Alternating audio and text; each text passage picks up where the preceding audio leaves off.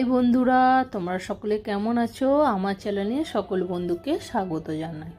তো আজ আবার একটা রেসিপি নিয়ে এলাম, সেটা হলো পাউ রেসিপি। তো ওটা বানানোর জন্য সবার প্রথমেই আমার ইস্ট দরকার। তো আমি 2 চামচি ইস্ট দিয়ে স্বাদ মতন একটু নুন, স্বাদ মতন একটু চিনি দিলাম। আর মেন দরকার হালকা কুসুম গরম দুধ দিয়ে এটাকে 5 মিনিটের মতো রেখে দিলে ইস্টটা ফুলে যাবে। তারপরে একটা বাটির 1 বাটি ময়দা নিলাম, দিয়ে ভালো করে মেখে নিতে হবে। আর এতই নরম করে মাখতে হবে, হাতি দেখতেই পাচ্ছ একদম লেগে যাচ্ছে। এরপরে এটাতে তেল দিতে হবে, দিলে ডোটা বেশ সফট হবে এবং হাত থেকে ছেড়ে যাবে।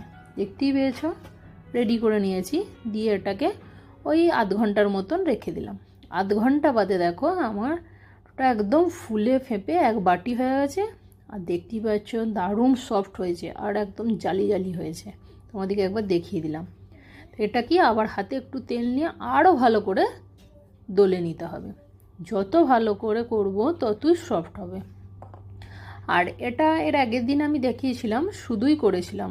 আজকের ভেতরে একটু পুর দিয়ে করব, সেটার টেস্টটা একটু আলাদা হয়।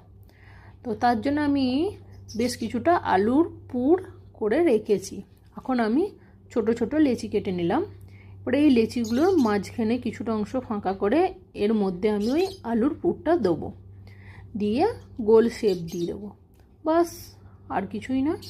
দিয়ে আধ ঘন্টার মতন একে আবার একটা পরিষ্কার কানি চাপা দিয়ে রেস্ট করতে দিতে হবে। আধ ঘন্টা বাদে দেখাবো একদম ফেঁপে ফুলে একদম কত বড় বড় হয়ে যাবে। আর এটাকে তারপরে বেক করতে দেবো। তো বেক করতে দেওয়ার আগেই দেখতে পেয়েছো একটা সুন্দর ওপরে কালার এসছে। ওই যে ডিমের হলুদ অংশটা, সাদা অংশটা বাদ দিয়ে হলুদ অংশটা আমি ব্রাশিং করে দিয়েছি, দিয়ে বেক করতে দিলাম। কালারটাও সুন্দর এলো একটা উপর থেকে। আর আমার ওই 20 থেকে 25 মিনিটের মধ্যে বা 15 থেকে 20 মিনিটের মধ্যেও হয়ে যেতে পারে, তোমরা সেটা একটু লক্ষ্য করে নেবে।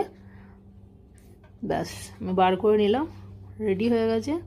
আর এতটাই সফট হয়েছে, তোমরা নিশ্চয়ই লক্ষ্য করো, দেখো ওপর থেকে পুরো ফেটে গেছে। তা এটা আর একটু সফট করার জন্যে আমি ওপর থেকে ওই বাটার লাগিয়ে দেবো। তা দেখতেই পেয়েছো, বাস আমার এভাবে রেডি হয়ে গেল। খেতে খুবই সুন্দর। তোমরাও চাইলে বাড়িতে এভাবে বানিও আর আমার পাশে থেকো।